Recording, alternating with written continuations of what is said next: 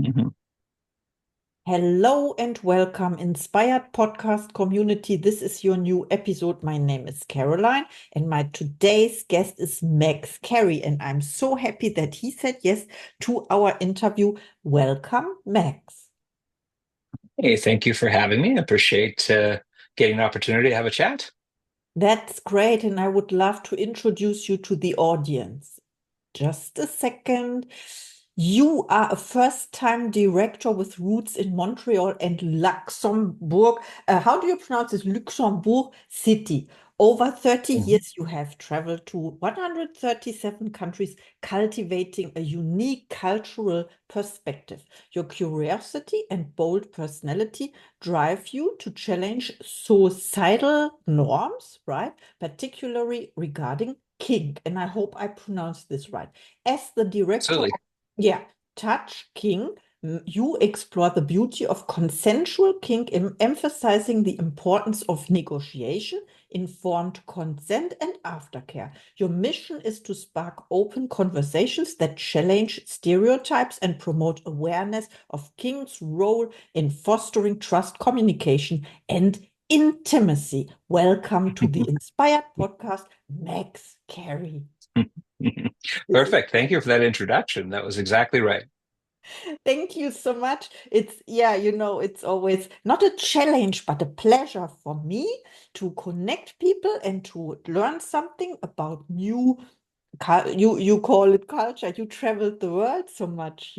So my Well, first question. it's cultures and subcultures, It's like there's a bigger sort of cultures and then there's smaller and smaller subcultures. This is kind of a subculture that actually crosses over many cultures, but it manifests in different ways in different cultures, which is interesting. Oh, I love that. I love exploring this too. So my first question to you is, what inspired you to create Touch Kink, and what message do you hope viewers take away from the film? In spite of having the opportunity to travel and live in many different cultures, from living with the San Bushmen in Namibia to living with wealthy industrialists in Europe, I thought I kind of had a fairly wide understanding of the world. And one day I met a dominatrix and had a conversation with this dominatrix and realized that I had a lot of misconceptions. I expected this person to be kind of a bit like a movie cliche, I guess, and it was really a kind, normal person. And I don't know why, but it surprised me. And that became really interesting. And we had a long conversation. She said, no, you're not the only one. Everyone always assumes that we're going to be this sort of person. And we can be that. That is one aspect of who we are, but it's not where we start. We're just people. And she and I just talked and talked, and she suggested that, there's so many misconceptions in this world. So many people don't understand what consensual kink is. They still have these ideas that people are hurting each other, that they're doing things that are non-consensual, all these crazy ideas. And so it just seemed like a really interesting subject. It's a guarded world, it's a secret world. So she offered to introduce me to people. So I met more people through her and then more people through there. And it just seemed like a fascinating, it was like visiting a country I'd never visited before. And one thing led to another. And yeah, a few years later, here we are. I love that story, and also the connection to the cultures you mentioned before, and also to Mhm. foreign countries, so to say. And of course, we can, let's say, reduce prejudices, right? And also I'm thinking about a word with boundaries or limitations, or yeah, something like you step outside comfort zone. But it was not that. It was more the exploring and research aspect you mentioned, right? Yeah, it was that. I mean, it's funny. Maybe I drank the Kool-Aid a little bit too much, but to me, I started seeing it as not only an interesting subculture, but actually in many ways the way forward for us culturally, because the world is very much about making no assumptions. You tell me about you, I tell, and we talk to each other without judgment and without a lot of assumptions, and then develop this sort of trust or this relationship and decide if we do something or not. And if we do something, then yeah, even after doing it, we sort of check in with each other and then see if we want to do this again. And I thought, Shouldn't everything be like this?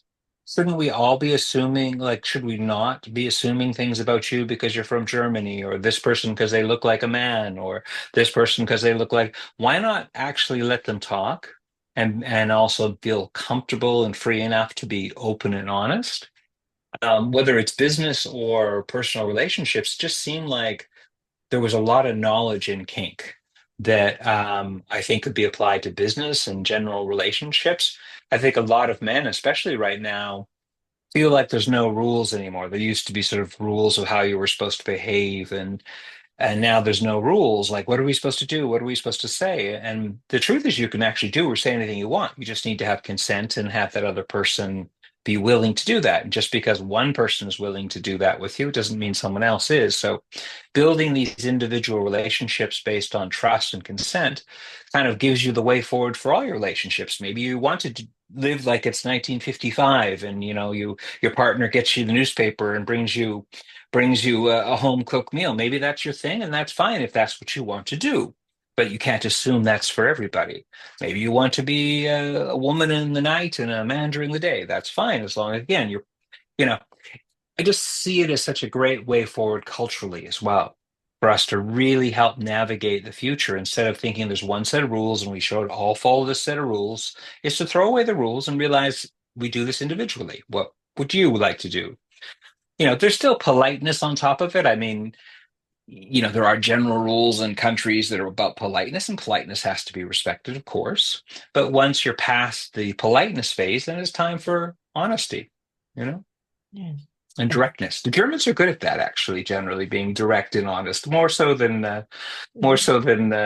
English Irish. We tend to take a few years to get around to talking about things. oh, yes, that's so true. That is what I witnessed the last years, 2 or 3 years, when I endeavored in, let's say, in studies in the United States, or I followed courses, or I traveled as well. And I always say this when I come along, and I say this like a manual. We Germans are very direct. So, but when I'm direct to someone, then I expect the same, that they tell me the truth, right away. So I appreciate that, because that way you get rid of all the fake, or all the whatever it is. And when you talked about cultures as well, and I think yeah, it is now. Now I lost my thought, because yeah, you said Mhm. negotiating on an individual level, and this is Correct. also reducing prejudices, and not putting all people in one pot, or we would Exactly. say this in German. I don't know how Yeah. you say this. Yes. Mhm. It's just having, another big aspect of this, and one of the reasons I think I was sort of uniquely qualified to do this is I've witnessed how so many cultures behave, and how some of them will have exactly the opposite reactions to something. Again, to example, Germany, America is a good example. Some people think German people are tough and a little cold, but I always say Americans are like peaches, and Germans, for the most part, obviously, I'm not going to say everyone, are like coconuts. They might seem a bit harder on the outside, but once you're in, you're in. You've got trust. Where Americans are like peaches, you think you're in, but you're never actually in the middle. There's a hard stone in the middle you'll never get to. So it's like that you think you're like they're so like welcome to Walmart, so friendly or whatever, but it's really hard to get to that real core because it's very guarded. Where German people are like hard on the outside, but once you're in unless you do something bad and you get kicked back out again. I don't think one's better or worse. It's just that how they work, and other cultures have a similar sort of dynamic.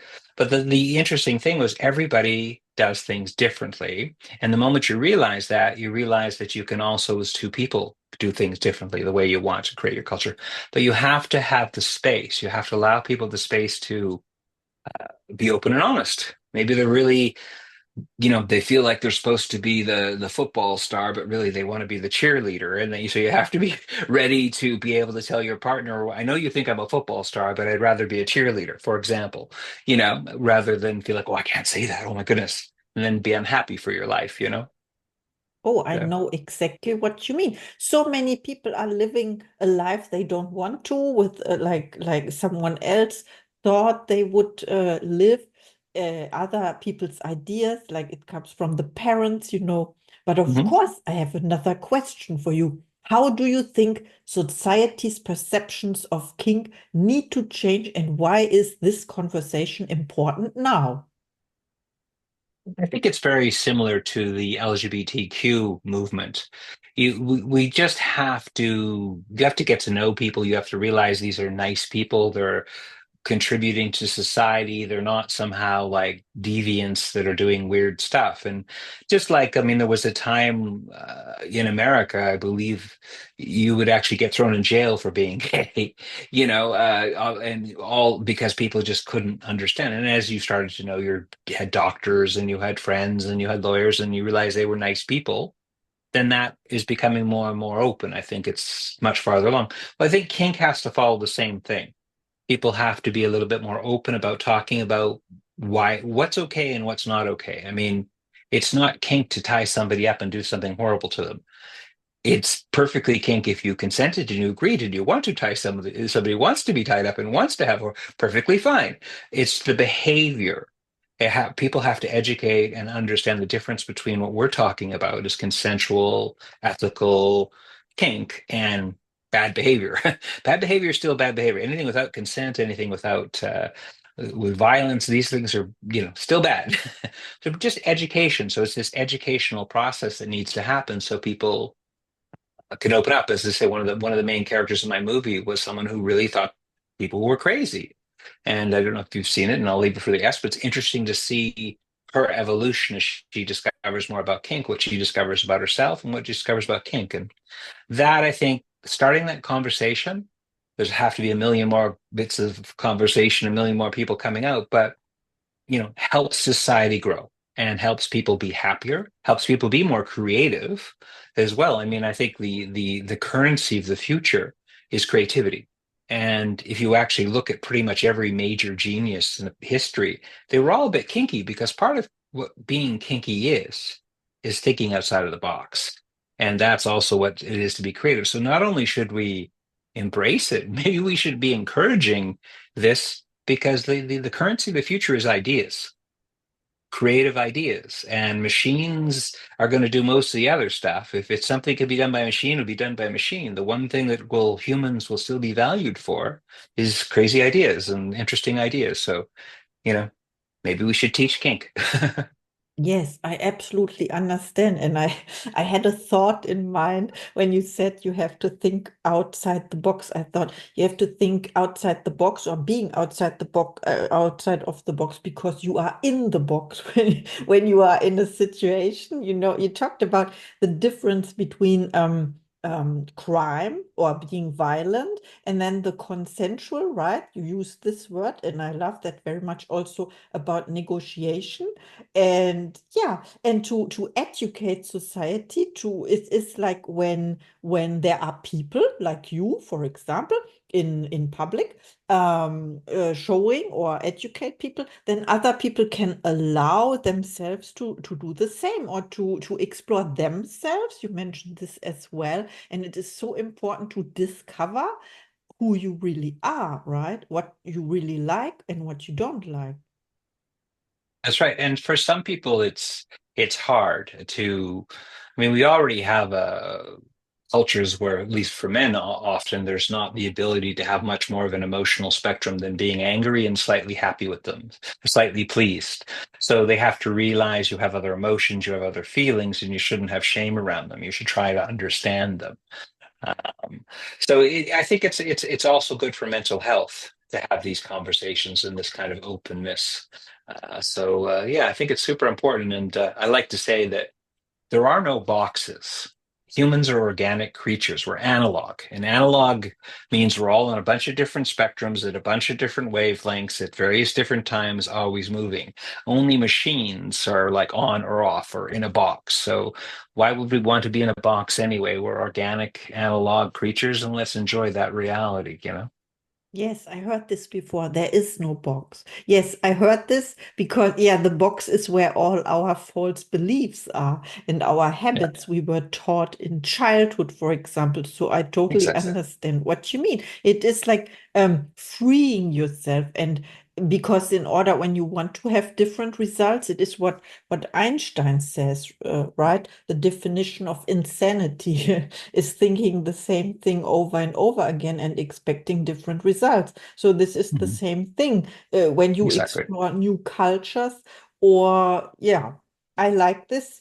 Yes, I like this Yeah. too. And of course, I have another question for you. It is, can you share your perspective on how negotiation and consent within kink practices can strengthen intimacy and trust in relationships? Well, I mean, any relationship, um, to be successful, especially over the long term, you have to be more open and be honest about your thoughts, even if they're a little uncomfortable, because the opposite, if you I don't know, let's say you have a particular interest in something and you feel too much shame, you can't tell your partner that you want to wear stockings or something, maybe you're going to start going outside the relationship for that. So by having a open conversation and being the people trusting you, you're able to strengthen the relationship because you feel that you can talk about anything and and not be judged. They may say, okay, that's not really my thing, but not feel that you just simply can't go there. Because I think that's where people start, going outside because if they're too afraid to ask. One of the couples I met, and I wish I had their whole story on film, but he was literally a quarterback. She was literally a cheerleader in America. They married high school sweethearts, married at 19, divorced at 21. They meet up 20 years later at a kink event. Turns out he was actually quite submissive and wanted a dominating woman and dominating and all, but he was too afraid to say anything. She actually wanted a submissive man and was quite dominating, but she was too afraid to say anything also. So they actually were perfect for each other, but they got divorced because neither of them would be honest about what they were looking for. 20 years later, they meet and now they're back together and they're happily ever after. But it's just they lost 20 years because of their relationship, because both of them was playing a role they thought they had to play, and the relationship wasn't strong enough for them to actually, talk about these things.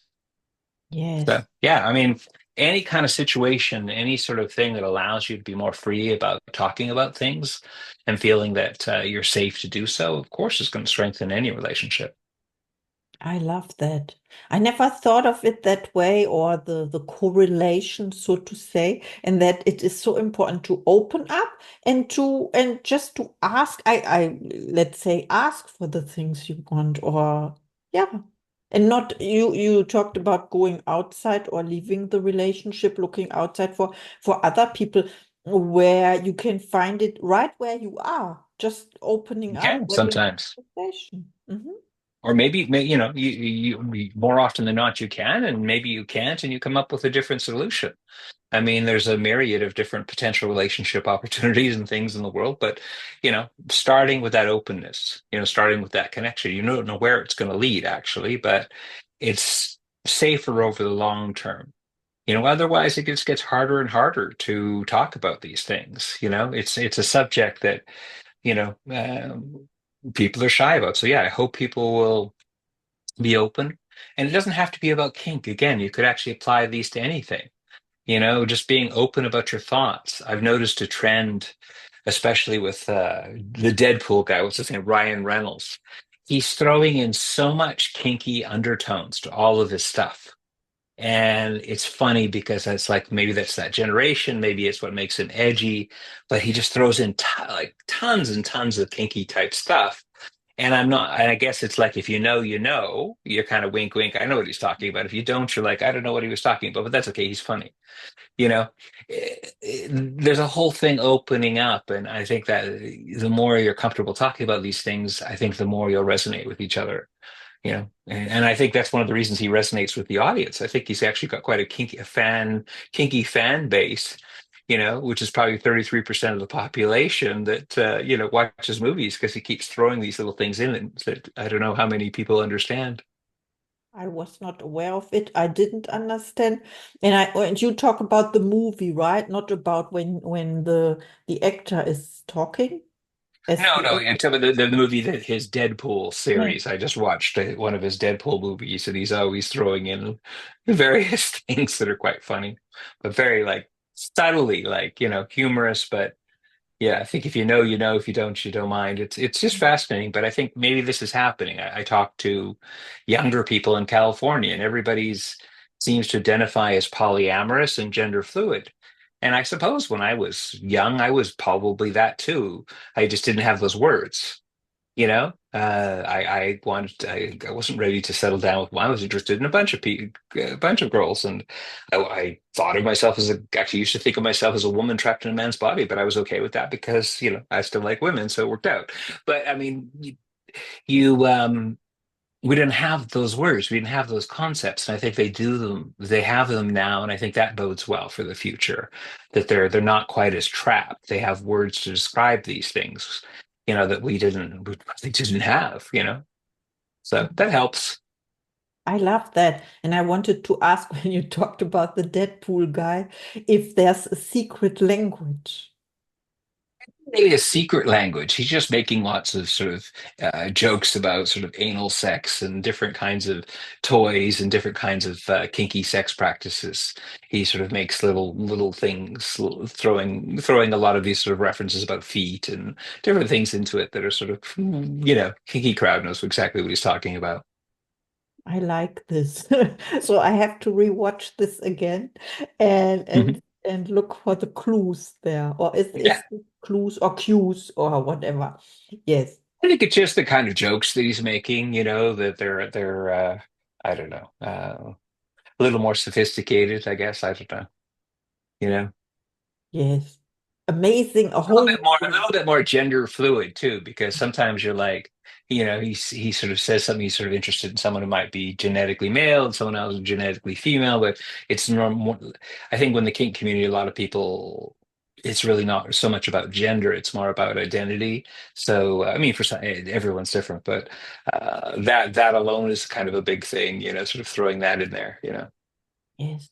It's a sort of freedom, new freedom. When you have words, new words, then like a Yeah, new movement. ways to new way. I mean, we now know about quantum physics, and we have mesons and quarks, and we can discover, how atoms are structured because we have those words. We didn't have those words before. Was Niels Bohr, right? Like 150 years ago or something? It's not that long ago. We developed the word to describe things, and we have a better understanding. But there's still long ways to go. You know. Absolutely.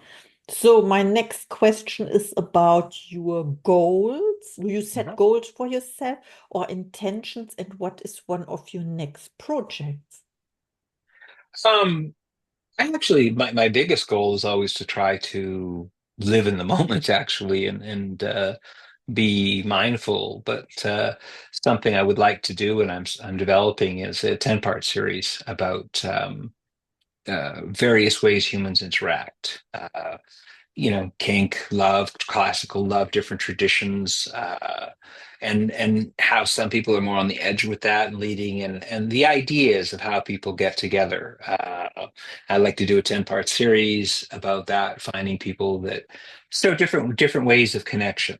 There are people that are more spiritual. There are people that are far more pure sexual. For people that are far more intellectual, and various combinations thereof. And I find it interesting how people connect in different personalities and different cultures. So I'd like to do a series about that. Do I find this on Netflix? That's the goal. Yeah, I'm developing it right now, and with any luck, it'll go into production for Netflix. Yeah. I love that because I see it already before my mind's eye. It's done, and I wish you the best of luck. I am the first watcher then when when it comes Cool. out, of course. Very Yeah, interesting. I think it'll be really interesting. And for me, it's like I feel like life kind of rivers come together. And when I met the dominatrix, it was kind of like I thought I knew a lot, and then the world of kink was interesting.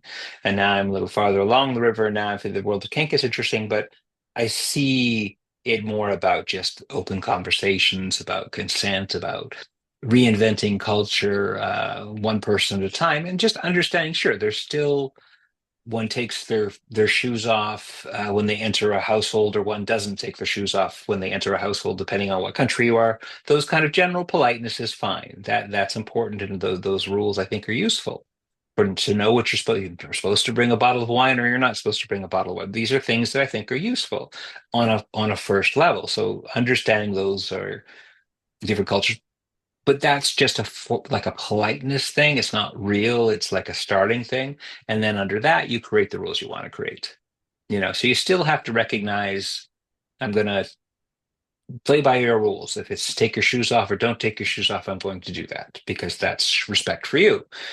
Once we get to know each other a little bit, if we decide to do some more, then now let's be honest about what we're interested in. So it's a different, and that's okay to have those two sides. I think that's human again, is to you don't have to be a crazy kinkster all the time. And most people aren't. It's like you can have a polite and public facing face for the public and for your culture and society, but you can also have, and you're totally allowed to have the other side, which is more true you and the private you. And that can be your private life should be as rich and fulfilled as it can be without limitation. Wow, that was a great statement. Thank you so much. And I think this is so true. So when I travel to foreign countries, I would always observe what are the Hmm. rules or what is Right. common, and then I would adapt and I would do the Hmm. same. When I enter, how do you call this? Mosque, in for A the mosque mosque. You call it mosque, hmm okay? So then I hmm have to cover my hair. cover, of course, yeah. Hmm. Yeah, then of course. Same in well, actually most religious traditions, you're supposed to be more modest when you walk into a temple or a church or a mosque. And I don't wear my beach wear was no, of No. course I don't. It's not appropriate. So there are Mhm. rules, and I love the new freedom you showed us, and the negotiation thing. So I learned so much. And this was our interview. And now it's time for your last thoughts, your final thoughts to the audience, please. Well, it took me a number of years to make this film, not having like a Hollywood promotion budget. I'm doing podcasts and talking to people, and I just encourage them to check it out. Go to touchkink.com, check out the teaser for the film. I think you'll be impressed. And if you are, sign up for the newsletter or see the movie where it's available where you are. So go to touch.com, touchkink.com. I guess I should know my own URL, touchkink.com. Yeah, that's the big thing. It's just how, check it out. Independent film is hard to promote. Everybody wants to promote the next Marvel movie or superhero movie. Those seem to get the budget. So, you know, check out independent cinema. Yes, I do. And I checked out your website and the trailer, you call it, I don't know, but I love Mhm. it. And yeah, please reach out to Max. He's amazing. I learned so much. And thank you, Mhm. thank you, thank you for our Thank you. interview. Thank It you very was much. fun. And see you in the next episode.